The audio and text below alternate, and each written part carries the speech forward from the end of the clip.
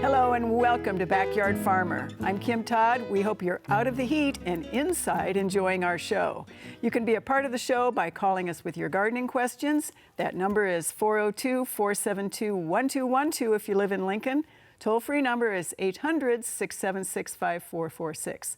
We also take your emails and pictures. That address is byf@unl.edu. Tell us as much as you can, including where you live. Be sure to check us out on our social media websites like Facebook, Twitter, YouTube, and Pinterest. So, Jody, you have the circle of life in front of you. Circle of life, because one bug leads to another. So, I brought in the original guest tonight is supposed to be the cicada. Right now, you can hear them you'd have to be outside. So right now you should be listening to us. But in some places they come out pretty late. I know in Omaha I've heard them like after 9. I know you've heard them a couple weeks earlier, and people across Nebraska are hearing them. It's the sounds of summer. But when they come out of the ground, so these are just empty exoskeletons, but when they come out as a nymph, they crawl up on vegetation, and so sometimes people are worried that there's some kind of bug eating their plant. But really, it's they're just coming out of the ground and ready to emerge as an adult. So we've got a couple different cicada species in Nebraska. We've got the bush cicada, and then the other one is the dog-day annual cicada.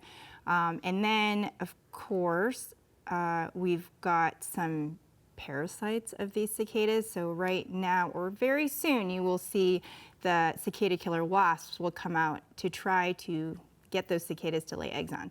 But that might be a different show. So this is what you're gonna look for. If you see these, don't be alarmed. There's not anything in there alive anymore. And a lot of entomologists call this the gateway bug because kids will see it, people will see it. There's nothing to be afraid of, and you can teach about metamorphosis and the circle of life. It's all happening right here. So the cicadas, some people hate the sound. I can't do anything about that, but I love the sound because it means it's summer, but don't be alarmed. And I love the sound too. Okay, good. Excellent. Okay, Bill, time to water. Water, right? So we've had some hot weather recently, and some parts of the state have been drier, like Lincoln and the southeast part has been a little drier, south central. Amy's talking about the rain that she's got in north central, and so obviously it's a big state, and so it's not everywhere, but we're seeing a lot of watering happening in Omaha and Lincoln and the southeast part of the state. And so I brought some different sprinklers in. And I wanted to talk a little bit about the efficiencies of some of these sprinklers. So we have a couple different types here. This is a gear rotor that would normally be in the ground, but it can also be something that you can buy at the garden center that you can plug into a hose. And these have a nice smooth motion over the grass. The nice thing about these is it's a nice stream of water coming off, and so we don't lose as much water to evaporation. Right? And we start going into some of the other sprinklers, you look at like an impact, which is another one that's pretty good because it's pretty much a solid stream of water until it's broken up by the impact to move it to the next spot. And then of course when it switches back and it makes that little crazy, spasming sound, that's when, a lot of mist is being generated and that water is being lost to the environment. So maybe a little bit less efficient.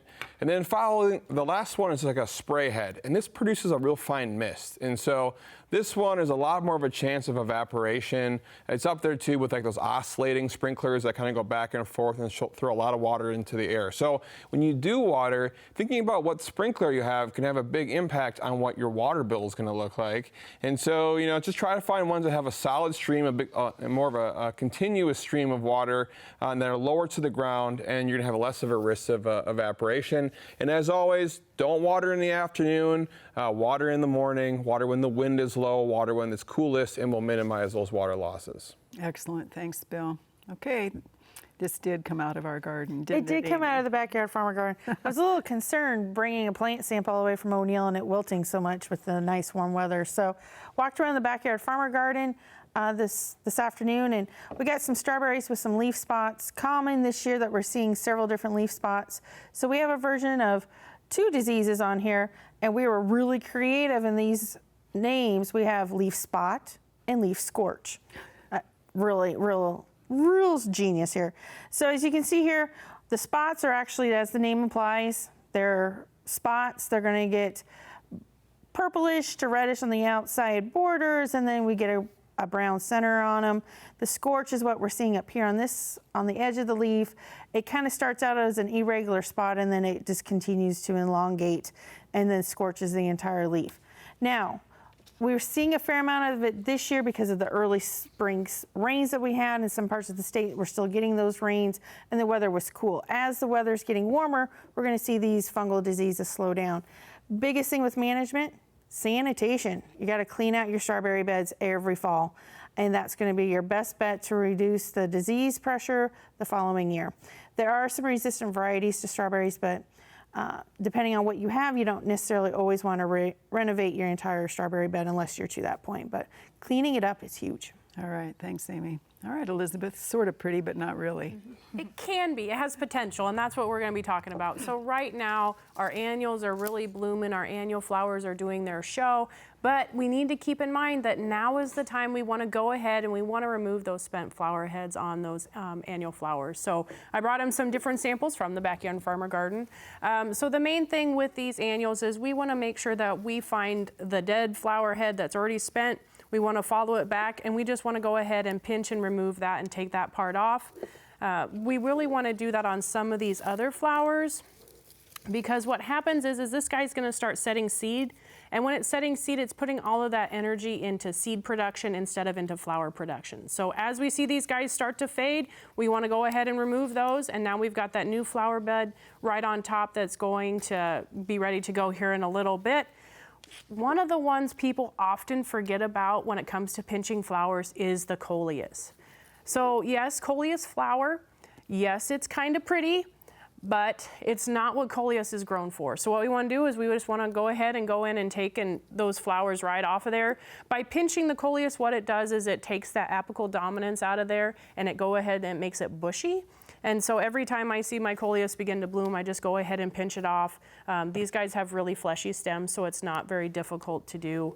We also want to do that with our marigolds too. These guys don't look pretty. They just start to fade, and what happens is they're going to start to set seed. Now that's great if you want to have marigolds there for years to come or for next year, but if you're not looking at having marigolds again in that spot, what you want to do is you want to go in, find that spent flower, go ahead and pinch it back so these other ones can go ahead and start to bloom then a little bit later. And those probably had Japanese beetles in the middle of them anyway. Not the ones I saw, but maybe Jody went and shooed them away. All right, thanks all. All right, Jody, you get the first set of pictures. And the first ones have to do with elderberry. This is south of Council Bluffs, and he's wondering what happened sort of overnight in this particular instance. And then we actually had a viewer send us a picture of what we think is the beastie. So I think that is... That's a pretty one too. Yeah, so what are we dealing with here? Okay, so this picture is an elderberry borer, and it bores into the stems and the shoots and can make everything look wilted and dead. The one before that, though, it also could be an elderberry shoot borer, so that's different. So this one's a beetle.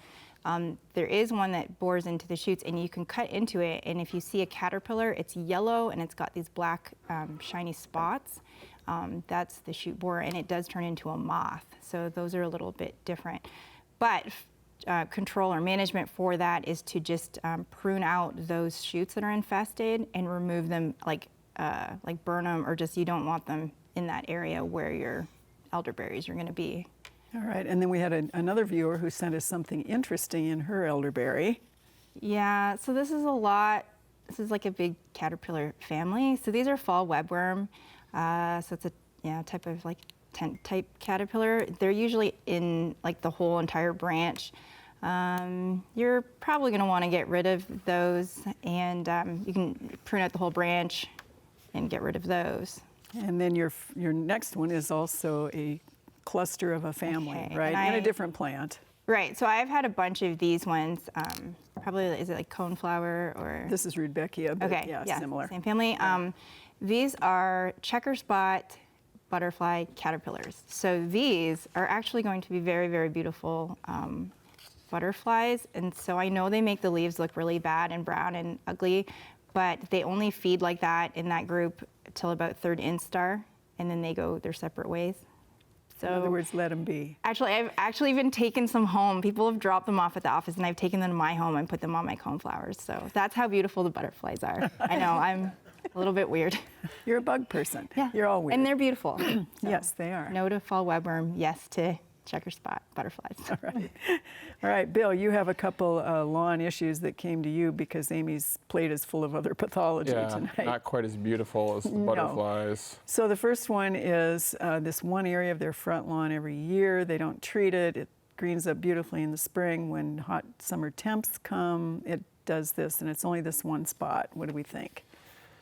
It's tough to, all these are really tough to say. You know, we have a pathology lab, and they're actually going to have to look really closely at the plant. It looks like it's tall fescue. You know, there's spots in my lawn that get brown patch every single year, and it's always the exact same spot. And so if there's an inoculum there, you know, we have to start to see it become problematic. And with the humidity and the heat that we've seen, that would make some sense, especially that area is under some traffic. I see it's kind of at the edge of a bed. So maybe if people like walk around that might put a little bit extra stress and wear on it. And so that could be something going on with that. But these summer diseases are tough because a lot of them going on right now. Okay, and I think we have one too that is patchy. So this is a La Vista viewer, so Yeah, completely different. You know, maybe. again, it could be a bunch of different things, but based on what we are seeing across most of the state right now, it's most likely brown patch. I don't see any clear lesions because the photos aren't clear enough on the leaves, and the bluegrass lesion, this looks like bluegrass, is a little harder to see than, say, a tall fescue lesion. So again, something you want to get a diagnosis on, but for the most part, it's going to be minimizing moisture. Heat and moisture are part of the disease triangle that are going to allow this pathogen to really cause problems. And so watching your water, you know, deepen in frequently. Don't fight the urge to water all the time because you think it's hot. The grass doesn't care. If it's got water in the soil, it doesn't need any more, okay? So get that sampling done. If the weather breaks next week and it's still pretty bad, there are options you can do from fungicides for both these diseases, but I think the best thing to do is get diagnoses first and see what the weather does. All right, thanks, Bill. This is potatoes, Amy. So you have 3 pictures, and this is an Omaha garden. So these actually came from Jody, who took the pictures, so far away, and then we have a little closer and a little closer yet. So what's going on here? So you're seeing the blighting on the edges of the leaf. Looking at this, it looked like it's early blight. Just like we get on tomatoes, it will go on potatoes because they're very closely related. Once again, it's a soil-borne pathogen. Whenever we get splashing up, we'll get early blight to develop. You can see it sometimes on potatoes and not on your tomatoes, depending on your resistance. It can make your potatoes wilt down fairly quickly if the weather is favorable for it, but typically I don't recommend a treatment for early blight on potatoes. All right, excellent. All right, Elizabeth, you have actually just one picture for your first one, and this is a viewer in Seward who had 4 junipers planted. They were planted crooked, 3 were straightened up pretty well, but 1's still pretty crooked. So will that curve go away, or do they need to give it a little girdle? You're going to need to try to shimmy it back up because it's always going to have that lean to it. It's just the top's going to start to grow straight on you. So if you want a straight columnar juniper, what you're going to need to do is either move the root ball so that way the main trunk is vertical and it's upright, and then you're probably going to want to try to stake it, and we're going to stake it low with about 1 stake at an angle and then tie onto that lower trunk so that way the root ball doesn't move but the top does, and we want to leave that in place no more than 1 growing season. So I would go ahead and stake that guy, just get him back upright, and then hopefully the roots will set, and then you don't have to worry about him moving around quite so much. And wait until it's not quite 100. Yeah, I wouldn't go out today.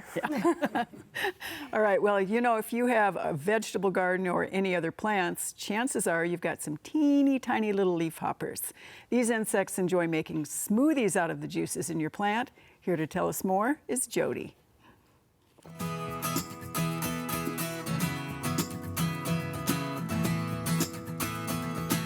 So leafhoppers are small, wedge-shaped insects. They're about 1/8 of an inch long.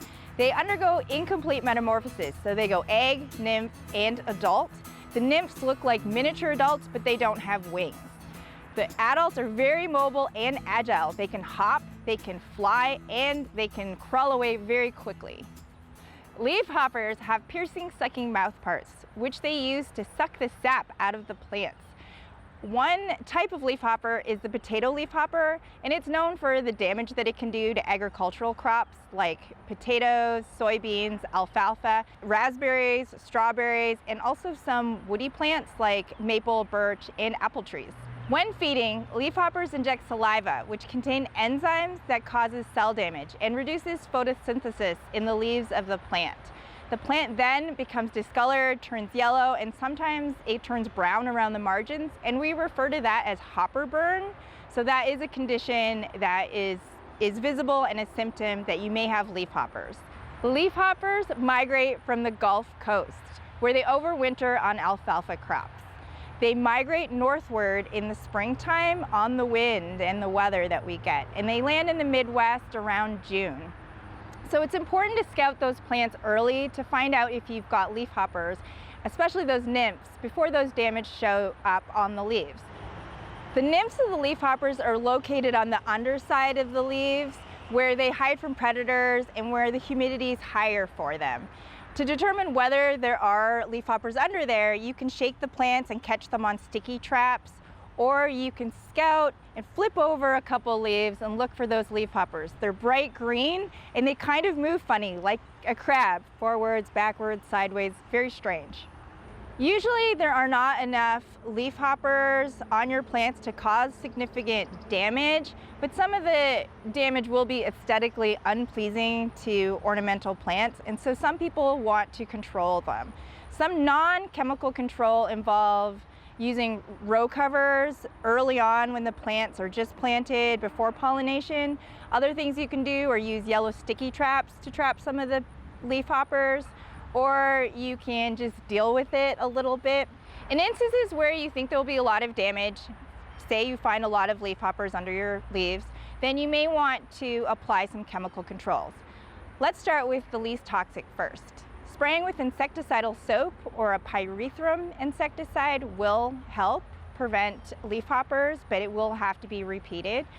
If you want something that will last a little longer, you can use a synthetic pyrethroid like lambda-cyhalothrin, you can use a carbaryl, or you can use acephate. Those, though, are general broad spectrum insecticides and they will kill more than leafhoppers. Just make sure to read the label and follow it. It's best to get a handle on your leafhoppers while they're young. You want to check early and often to get ahead of those leaping leafhoppers. You know, hopefully you'll be able to keep them off of your plants. I like to flick them, you know, and then they go like that. That works too. That seems mean. It is. I'm mean, but it works. All right, Jody, you have a kind of a creepy one. This is actually a viewer outside of Glidden, Iowa, and this appeared after a rainstorm. And then they're calling it a strange, almost transparent worm. It kept reaching into the air, about creepy. 6 inches long. What is that? Okay, so this is a horsehair worm, which is kind of cool. Kind of creepy, very creepy, kind of cool. So what this is a parasite. It's related to like nematodes, but it's a parasite of insects. So they live inside, let's say, my least favorite insects, grasshoppers and crickets, cockroaches and beetles as well. And so sometimes when people like smash a cockroach that's running across the floor, this worm will come out of its body. That's super creepy. But so there's no need to control for these because they don't infest or get into humans or livestock or pets, so that's not a problem. But what it does is that it kind of controls the insect. It makes it go to water to drink. It makes it really it makes it need to go to water. And then it makes the insect drown itself so that it can get to water and find a mate and lay eggs. So it's kind of like that entomopathic fungi from last week that takes over the minds of insects. This is a nematode, like a worm that does that. I think we should do do. All right, Bill, weed ID. This is not creepy. This is just a weed. Just annoying. Just annoying, yeah. Yeah. This is actually a Lincoln viewer who has an acreage. Yep. She's got this she's been hand pulling. She wants to know what this is. Yeah, it looks like barnyard grass to me, which is a summer annual like crabgrass. But the thing about barnyard grass is it starts much earlier, it starts to germinate a lot earlier than the crabgrass. And so it can be controlled with pre-emergence herbicides, but they have to be applied earlier because it's germinating in late winter, whereas the crabgrass and the goosegrass and the foxtail, they're all germinating usually in like May. So you miss the window a lot, and then it gets there, it germinates, it gets kind of big.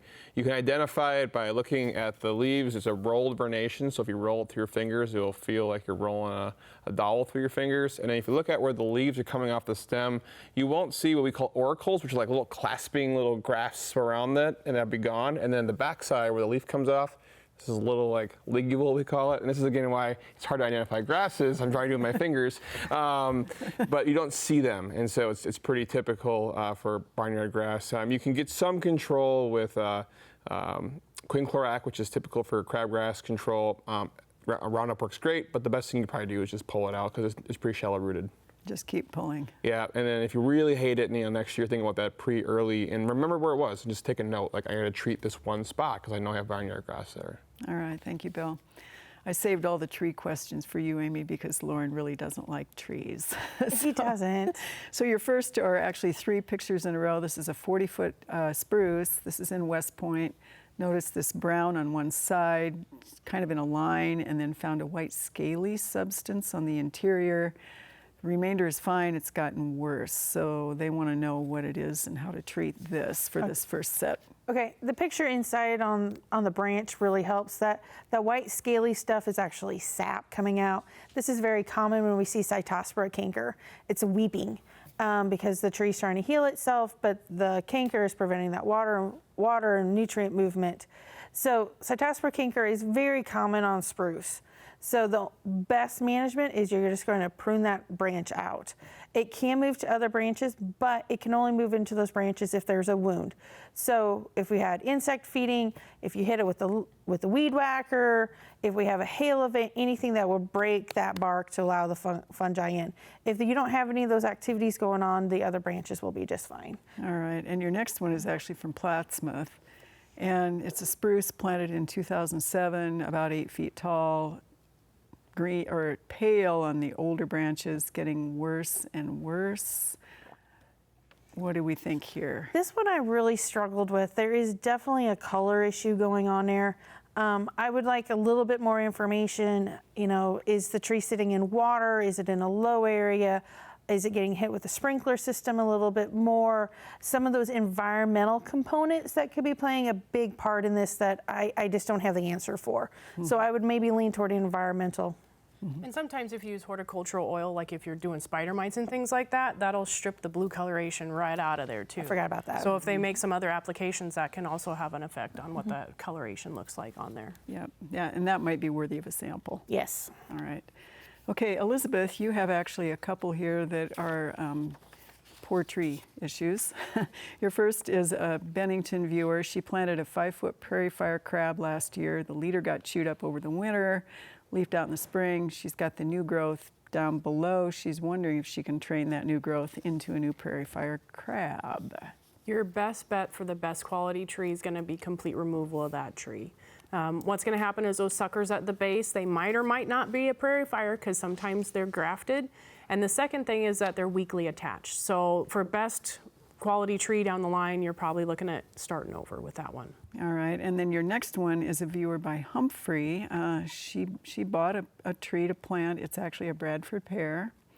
It's still in the container. The leaves are turning brown. She waters it in the container. Do we have any notions on this one? So that one, we're probably looking at some environmental stresses. It depends on what that container is and how long that container sat where it was purchased at. Sometimes those black pots get super hot, especially if they're on asphalt. Also, I'd also be worried about if it's root bound or if it's nutrient deficient, which is why we're starting to see the scorch on some of those leaves. So I think the best bet is to try to get it in the ground if at all possible. So that way it can start getting its roots going and it can start living its life. Or we're just going to throw it out because it is a Bradford pear, which is a calorie pear, which is invasive. Or not. depending on the part of the state. You could leave it in for a little while. She could, yeah, especially in that part of the state. You know, Japanese beetles have almost taken over our garden, especially those big duck marigolds. There are plenty of other beautiful plants that are thriving, so let's take a few minutes to hear from Terry James at the Backyard Farmer Garden.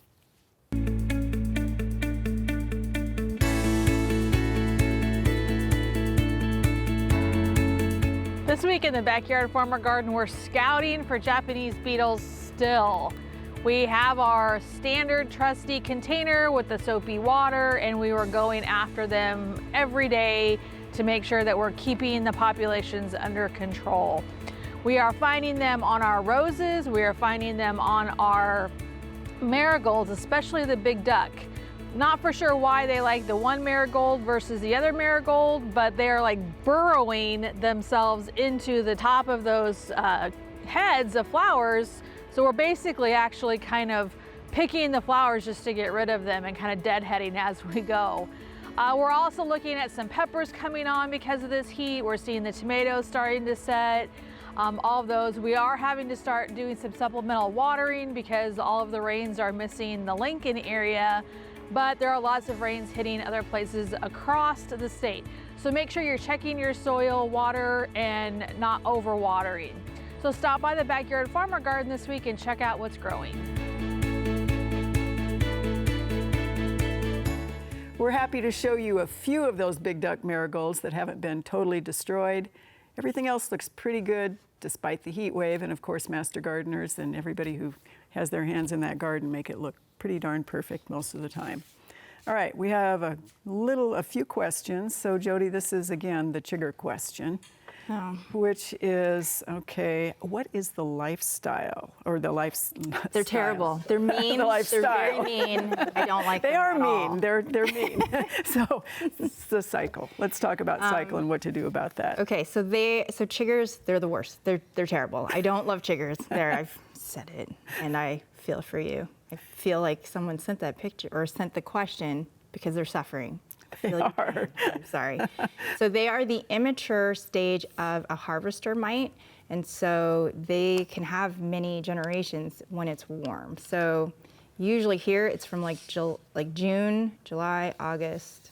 So I don't know. Yeah, it's just the way it is, right? Shower when you get inside, wipe down your legs, and you can wear DEET on your ankles and cover up. Can you see them? You can't see them, and you don't know where they are, so you can't really treat for them. I've never had them. You are I lucky. still have never had them. Mad at you. I don't know. I just I hear about them, and I just never have experienced No. them, and I just don't know. So I'm covered with them I from got our 'em on taping on Saturday. Monday. You just never know where they are. So treating, you don't know where to treat. Yeah. All right. Okay, Bill, this is not a chigger question, but this is a grassy weed showing up annually, very shallow root system, and it's that yellow triangular one. What do they do about it? So yellow nutsedge is prospering right now in our nice hot weather, and unfortunately we are past really a lot of effective control with chemical control. So you're going to have to get down and get in the chiggers and start pulling them because you're not really going to see much control. Just try to keep it mowed. I know it's hard because it's growing really rapidly. The more important thing is make a little map in your yard of where it is, and then next year in late May when you see it start, go out with your sedge hammer, your Solero, your Dismiss, or have someone else treat and get them when they're just breaking that winter dormancy because they're weak out of the winter time. And if you get them into the middle of summer, they're healthy and you're not going to die from a herbicide. So you have to go do the manual thing of plucking them one by one and then maintain a dense lawn. That's a huge issue too. So another follow-up question Yes. is, one of our viewers sent in one that she has it in the middle of her rose bush. Anything she can do? I would still just pull it out. I think I don't do a lot of rose gardening, but I'm just saying I would probably pull it rather than try to spray, because even if you did spray, it's probably not going to work. And so the manual pulling is going to be the best thing you can probably do. In, and while you do that, we will see who's going to win the lightning round. You think? Maybe not. I control it. I know. I'm done. All right, Elizabeth, are you ready? Yes. Your very first lightning round question. We have river birches that are dropping yellow leaves all over the place right now. What's going on with that? I checked to make sure that they have adequate moisture. It could just be that we're getting drought stress right now. All right, we have another viewer who asked us a river birch question, which is the leaves have been yellow all summer. Probably iron chlorosis. All right, this is a Harrison County, Iowa viewer. They have sulfur smell coming from the water in their well. Is it okay to still eat the vegetables? It is okay. All right, this is an Allen, Nebraska viewer. Has a honey locust that budded, but now is showing nothing. Is that a goner? It probably is. If it doesn't have any foliage on it right now, it's probably pretty brittle. All right. We have an Omaha viewer who wonders, is it okay to use their potting soil for more than 1 year in their containers? Yes, but I would recharge it with some compost or some new potting mix to add some nutrients to it. All right. This is a Northeast Nebraska viewer that wonders, is there any wood that should not go into a wood chipper? Black walnut if you're going to use it on the garden. All right. Nice job. I told you I control it. Maybe. We shall not doubt again. Path never wins hard. I know that, so Are you ready? you have to be really stacked for Path to win. Are you ready? Yeah. All right, we have a viewer who wonders whether the slime mold in their garden returns to the same place year after year. Typically, we do see it in the same spot. All right, and the same viewer wonders if it's near her strawberries, is it safe to eat the strawberries? You're perfectly fine eating those strawberries. No harm. All right, this is a Tecumseh viewer who says her cucumbers are suddenly wilting, the vines, no sign of insects. I would still be concerned about bacterial wilt possibly from cucumber beetles. Otherwise, check the base of that plant to make sure it isn't too wet. All right, we have two viewers who wonder whether the rust spots on their hollyhocks will carry over into next season. They will develop a teleospore and they can, so sanitation. All right, hostas, this is an Omaha viewer, are showing scorch or browning on the leaf tips. Is that disease or is that scorch? It's environmental, it's scorch. All right, this is a viewer from Kearney who says their potatoes that they've dug have these skins that are like have scabs on them. Potato scab, not a lot you can do. There are resistant varieties. All right, nice job. Whoa, I tighter. You won once this year. Yeah, I can control win it. again, right? Maybe. Maybe. All right, you ready? Let's do it. All right, it's almost the seeding window, Bill. So we have a viewer wondering, is the seed they buy in the fall as the same quality as the seed you buy in the spring? If it's in a hot garage, it could be problematic because it's burning sugar. So if it was stored in a cool place, you might have okay success, but just know it may not be as good as it would have been last fall. All right, this is a Sydney viewer who said their windmill grass is heading out. Is it too late to do anything about it? Yeah, it's getting later. Multiple applications of things like mesotrione or just glyphosate are things to do. But as it starts to produce seed, it's very strong right now. It's like the mature crabgrasses. All right, this is a Guernsey, Wyoming viewer Okay. who wonders, is there a crabgrass killer for creeping Jenny or creeping Charlie that won't hurt regular old grass? Quinclorac is what we usually use for crabgrass. It works okay on creeping Charlie, and so I would probably get a different product. There are some other products that might work, but honestly, crabgrass is a grass and creeping Charlie is a broadleaf, so that's, it's gonna be hard to find one that works good for both. What? Lightning. Well, I could just say yes or no. I know, and then we can follow up. Okay. You lost I always lose. on purpose. I don't know. It's not on purpose. It's good answers. You gave great answers. Thanks. Yeah. You ready? Okay. Okay. All right. Jody, your first one is a Norfolk viewer who says, what's with the night crawlers? There aren't any this year. I don't know, because we did have a lot of complaints earlier in the year where a lot of the flooding was. All right. Maybe it's too hot. So the second question from the same viewer is there a disease that attacks earthworms? Not that I know of. All right. This is a Sioux City viewer who wonders what the actually emerging cicadas look like when they come out of the ground. They are like almost a translucent green. Okay. Oh wait, when they come out of the ground, when they dig their way out, they look like a big, I'm gonna lose. They've got like these big eyes and these crazy like front legs, and they're crawling out like this. They green? I can't even. They're brown because they brown. came out of the dirt. I cannot the follow soil. that one. I cannot follow that one. Sacrificed for a good answer. With visuals. With visuals, a lot of visuals. All right. You're welcome. All of us are just in tears over that answer, Jody. Hey, we tied. Yeah. That was the plan the whole time. What is the tiebreaker question for Elizabeth and Amy? The tiebreaker question is who deserves to win? Okay. Path never wins. Lauren won the last time I was on. That's because Lauren cheats and he just goes, We yes, share, we no, share. yes. We share. Girls, stop fighting. All right. So what are the plants of the week, Elizabeth? We've got a couple of really fun-looking plants of the week. So the one that's purple and right in front of my face, sorry about that, is going to be the blue vervain. It's not a true blue color, but that's what it's called. This is one that we'll see oftentimes in roadsides and out of those way places that are kind of a little bit moist. It attracts a whole ton of pollinators. We took this from the backyard farmer garden and it was kind of covered. Most wildlife does not touch it, which is nice. And there is a white form that's available called white spires. It's available by seeds or by plants, and it kind of spreads slowly by rhizomes, and it can do some seeds too.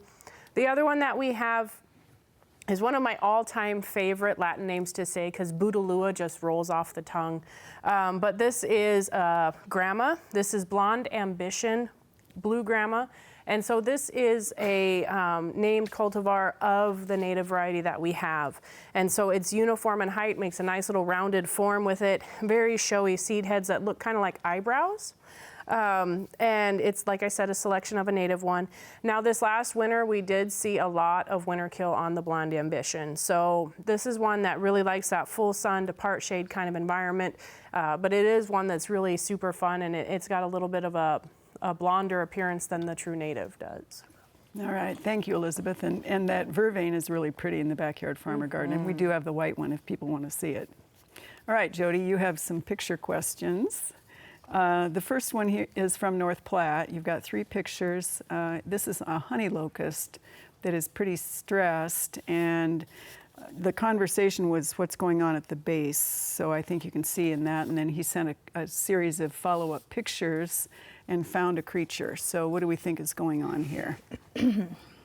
So so there are borers, like wood-boring beetles that are pests as larvae inside honey locusts, but I can't tell. This doesn't look like a larvae. It kind of looks like a pupa, like going to be an adult. So I can't tell exactly which borer it is, but the ones that we do have, like the locust borer, only attacks stressed trees. So that's why I'm thinking this tree is not very healthy, and I'm not sure what they'd be able to do to save it if they're able to pick them out like this. Okay, and I think your last one is also, it's a Omaha viewer instead of North Platte. Lost a main branch, has all this going on, including some borer holes. They've noticed an increasing number, and they've seen some ants in the section of the tree. Okay, so that looks like part of that tree has died, and so, I mean, borers could enter that. They do look like they do have some like exit holes, and when I looked closer, it looks like they might be like little beetles in there. So you could try, pulling one out to see what it is. Also, if you've got like sawdust or coarse sawdust at the base of the plant and you're seeing a lot of ants, those could also be carpenter ants that will, take advantage of that dead wood. But if other parts of the tree are doing well, then it could just be walled off in that area. But I would want to check to make sure that those holes are not borers, and if they are, just to Start over. maybe, yeah. All right, thanks. Okay, Bill, a couple of weeds in the lawn question this time. Yep. This is a David City viewer, lots of light green in the lawn that previous years was all nice dark green. She wants to know especially the grassy weed in this one. Yeah, I mean, it just looks like your standard crabgrass. Hard to say if it's smooth or hairy in here. It's probably smooth, and I think I even see a little bit of, what's it called? I forgot what it's called. A broadleaf weed. Oh, But yeah, it's definitely lamb's quarters. Excuse me. Yeah, lamb's quarters in there, so it's a broadleaf. But then I do see some crabgrass, and I think that's small enough that you might get some control. You need repeat application. Something like a claim might work a little bit better than quinquac or strive. But it's getting a little bit big. If you really want to control it, you do it sooner than later. And notice that lawn's thin. The thinner the lawn, the more weeds there's going to be. All right, and your second one is also this, which is what in a lawn? Yeah, this is more of that yellow nutsedge fun, and again, it's so vigorous right now that it's going to be really hard to control with herbicides, and so maintaining that dense lawn, high mowing heights, that's going to be the best thing we can do. Mow frequently, it's going to grow faster than your tall fescue and look silly, and then next year, try to control it earlier in the spring, unfortunately. All right, thanks, Bill. All right, Amy, you have about 3 tomato questions. The first 2 from the same viewer in Lincoln, raised garden bed. This one is a red patio type tomato. Okay. What's going on with this one? It's very pretty. Most likely it looks like you have tomato spotted wilt, which is a virus that gives you that beautiful mosaic pattern on your tomato fruit with the yellow, orange, red blotches. There isn't anything you can do at this point in time, but you can still eat the fruit with no problems. You just have a little mosaic pattern to your BLTs. All right, and her second one is aroma. So we got some cracking going on there. That can be varietal. The other big trick behind cracking that we'll see is because of infrequent watering. So a lot of times we'll get people sending in questions about it. They went on vacation, they asked their neighbor to water, the neighbor forgot to water until the day before, so they water a ton, and then we get all this cracking. So it's inconsistent watering. All right, and then your third one, this is actually a hydroponic tomato grower in Waverly, and several questions, but his primary one is this, which of course is blossom end rot. Yeah. This is one of those tough ones. There's some reports that say calcium is an issue, but really bottom line, there are just some varieties that are just notorious for blossom end rot. Typically the recommendation I would have is not to use that variety. Next year, try a different variety that has a better reaction and not as likely to give you blossom end rot. All right, thanks, Amy. All right, Elizabeth, you have a couple of hydrangea questions. The first one here is from Norfolk. This is Annabelle. They're about 3 or 4 years old. She doesn't like the way they fall to the ground when they flower. She doesn't want to stake or tie. They bloom on new wood, so her question is, can she cut them back at a certain time, or how does she keep them from doing this? So one way with the Annabelles and those that bloom on new wood, if the flower heads get so large and so heavy, they just flop over. Also, what can happen is if they get too much moisture, they just flop over. So this year, I think it was kind of a 1-2 punch. So what you can do, instead of cutting them all the way back down to the ground, you can cut them back about 12 to 18 inches high. Then the flower head's going to be smaller. And then hopefully we don't get as much moisture as what we had this year, but, Yeah, and the stalk gets a little thicker. Yeah. And I think you have a second one here that is Bella Anna, which is the pink version of Annabelle in Nebraska City, and this is 2011, so this is an old one. Same thing same thing here. Yep, we're looking at the same thing with this one. So if they added additional moisture, maybe cut that back and then not cut it back all the way to the ground with that one. What about lawn fertilizer? Does that make that happen? Probably. If it goes into there. If we get too much fertilizer, we'll have too much top growth on lodging. that. Yeah. And then we'll get that lodging from too much water too, and we'll see it flop open. I think I'm guilty of that this year in my backyard. Some of my plants are really tall and they're all lodging, so. That would be you should listen to us on Yeah. Backyard Farmer tell you not to do that. Well, I didn't try to, it just happened. Okay. Some of the most difficult weeds to control are those vining types. If you don't stay on top of them, they'll quickly take over an area or a plant. We talked with UNL Assistant Professor of Practice, Christian Olowski, about some of the more common vining weeds and what to do about them.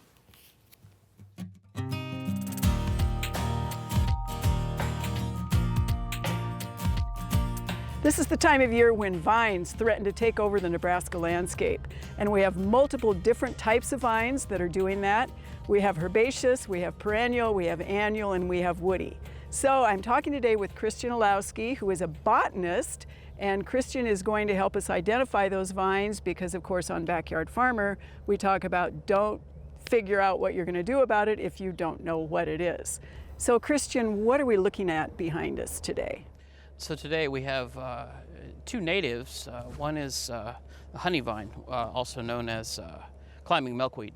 It's a perennial, which is actually a native. and sometimes our natives are occasionally, they do get naughty. So honey vine, which is, it's called a milkweed, but it actually does not have milky sap in its stems. The milk doesn't, you see milky sap in the fruits when they're maturing. But it is actually a milkweed. It's actually in the milkweed family. It's not Asclepias. And it can actually host monarchs, which is interesting. And next to it is also burr cucumber, which is a native and also probably pretty familiar to most people. You see it in the landscape and in hedgerows, windbreaks. And it looks just like a cucumber, and it actually has tendrils. And those tendrils allow it to climb quite high, and it will grow to distances of 30 feet. Are there other vines that people could mix up with the two that you just discussed? The first is field bindweed. And field bindweed, most people are familiar with as conical shaped flowers. They're white to pink. It is also a perennial. It can be quite difficult to get rid of. It has deep root systems, 20 feet deep, but it does not climb as high as our others. It's also introduced from Eurasia, and so it does well, similar climate, but we didn't import all of its pests, which is also a good thing. The other is wild buckwheat, also sometimes called black vine, and it is an annual. It's introduced from Europe. It has triangular fruits, and all of the both the honey vine and the buckwheat have sort of arrow-shaped leaves, whereas the cucumber has palmate-shaped leaves that look like your hand. And then the field bindweed has a little bit more linear-shaped leaves. So Christian, how can people control these vines in the most resilient, sustainable way? The easiest way is just to snap them off at the ground. It may be unsightly if you leave them in the tree material, if they're, especially with the cucumber, if it's up in the tree, it'll be a little unsightly, but I don't mind having that dry down and it'll come down on its own. Just snapping them off and just wearing them away. Just use erosion is what I like to call it, where you clip them off and just stay after it. And with the annuals, as long as you're dealing with those that are developing so you don't have new fruits for the next season, for the perennials, just keep snapping them off. Thanks for the info, Christian. I hope our viewers will take that to heart and identify those vines properly before we take the next step and talk about woody vines. Absolutely. Thank you for having me out. I'm always happy to talk about plants. So the best way to keep those weeds from spreading, follow that vine to the ground, give it a yank. And we were just talking off air about burr cucumber all the way up Concord area. Amy, you said it's sort of the kudzu of the north. It is. Yeah. Killing trees. Killing trees. All right, so Jody, you have a couple of beautiful insect ones. The first one is they found this guy hanging in their barn in Papillion. What is that? Okay, so this is a spotted wing antlion. So we had the doodle bug last week that lives in the sand. This larvae actually lives in tree holes, though. Beautiful, beautiful Yeah, thing. very pretty. All right, and then your second one here is in Grand Island, and she loved his fuzzy little antenna. I do love those fuzzy antennae, and it is a he because he needs those to detect the female. But I have to say that this picture is awesome. Thank you for listening. And putting the quarter putting the quarter, and it's a really nice picture. So this is called Hammond's lined June beetle. So we have lots of June beetles and scarab beetles. This is like one of two in that genus that are that big. Very cool. And then the third one here is she was moving large pots of hostas and she thought it was a leaf and tried to brush it off, and it's these two guys or guy and girl with camouflage. Yeah. So this is a male and female blinded sphinx moth, and if you could have pulled up the front wings, you might have seen some pink and blue on the hind wings. They're really pretty, but it's a type of really large moth that's really good at camouflage. They do look like dead leaves. Excellent. Thanks, Jody. All right, you say this is a simple question, Bill, so we'll see. This is a viewer who has sedum. It's completely filled with grass, and pulling it out is almost impossible.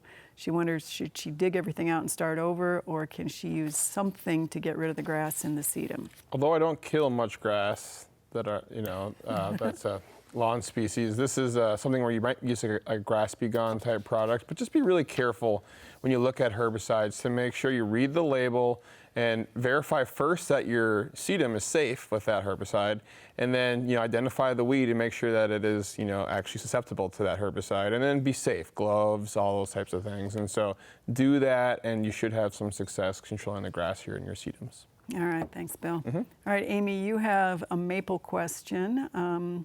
And this is every spring it leaves out, does well, then it turns yellow, but the leaves get black spots on them. They fall in early fall. They have put iron under the drip line. She lives in northeast Buffalo County, and they're out of the flood range, so this was not in standing water this year. So it's classic iron chlorosis. I know you put iron in the drip line. The plants has to get to the iron. It's a pH issue. There isn't a lot we can do about it. You can spray foliar iron on the leaves and make them green for a couple weeks, and then they turn yellow again. The brown spots is most likely a combination of either anthracnose or tar spot on there. With the wet weather, both of those fungal diseases are very common right now. Typically, neither one will kill the tree. It just doesn't look as nice. We can stress it a little bit and have some winter kill, but in general, there isn't a lot we can do. All right, and since we're on a kick with maples, Elizabeth, your pictures are maples.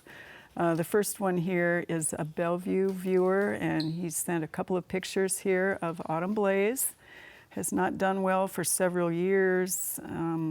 This is the trunk, and I think the next one is the foliage on this one.